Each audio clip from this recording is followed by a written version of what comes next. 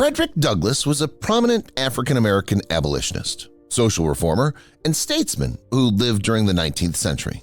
He was born into slavery around February 1818 in Talbot County, Maryland. His exact birth date is not known, as slaves' births were often not recorded with precision. But he later decided that he would celebrate his birthday on February 14th, Valentine's Day, which since his death has been celebrated as Douglass Day. Douglass Day is a large part of the reason that American Black History Month is celebrated in February.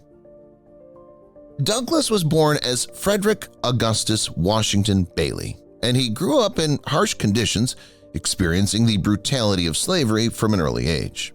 His mother, Harriet Bailey, was a slave, and his father is believed to have likely been a white man, although Douglass never knew his father's identity. As a boy, Douglass was sent to work on a plantation in Baltimore, where he secretly taught himself to read and write. His determination to learn fueled his desire for freedom and intellectual emancipation. He later described his time in Baltimore as a turning point in his life. Douglass escaped slavery in 1838 at the age of 20, using borrowed identification papers. He settled in the Free State of New York and adopted the surname Douglass to avoid capture. His escape marked the beginning of his public career as an abolitionist. Douglass became a powerful and influential speaker, using his personal experiences to advocate for the abolition of slavery and equal rights for all. He worked closely with other abolitionists such as William Lloyd Garrison and became a key figure in the anti-slavery movement. In 1845, Douglass published his first autobiography, Narrative of the Life of Frederick Douglass, an American Slave. The book gained widespread acclaim and brought attention to the harsh realities of slavery. However, fearing recapture, Douglass had to flee to Europe for a time. Upon his return to the United States, Douglass continued his activism and reform efforts. One method he believed would be helpful to his cause was photography. He believed it would help end slavery, as the camera would not lie, even in the hands of a racist white person, as photographs were an excellent counter to many racist caricatures, particularly in blackface minstrelsy. He was the most photographed American of the 19th century, consciously using photography to advance his political views.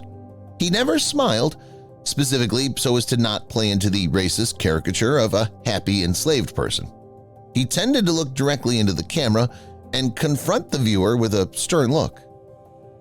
During the Civil War, he advocated for the recruitment of African-American soldiers into the Union Army and met with President Abraham Lincoln to discuss issues related to the treatment of black troops. On April 14, 1876, Douglass delivered the keynote speech at the unveiling of the Emancipation Memorial in Washington's Lincoln Park. He spoke frankly about the complex legacy of Lincoln, noting what he perceived as both positive and negative attributes of the late president. Mary Todd Lincoln was so moved by his speech that she gifted Douglass the former president's favorite walking stick, which remains on display in his former Washington, D.C. home. After the Civil War, Douglass continued to fight for civil rights and suffrage for African Americans. He played a crucial role in the women's suffrage movement as well. In 1872, he became the first African American nominated for Vice President of the United States as Victoria Woodhull's running mate on the Equal Rights Party ticket. Frederick Douglass served in various government positions, including as U.S. Marshal for the District of Columbia and Minister to Haiti. He continued to be an advocate for social justice and equality until his death on February 20, 1895, at his home in Washington, D.C. Douglass's legacy endures as a symbol of resilience, determination, and the ongoing struggle for freedom and equality. Thanks for watching to the end. If you enjoyed the video, please hit the like button and subscribe to Life Story so you never miss one of our videos.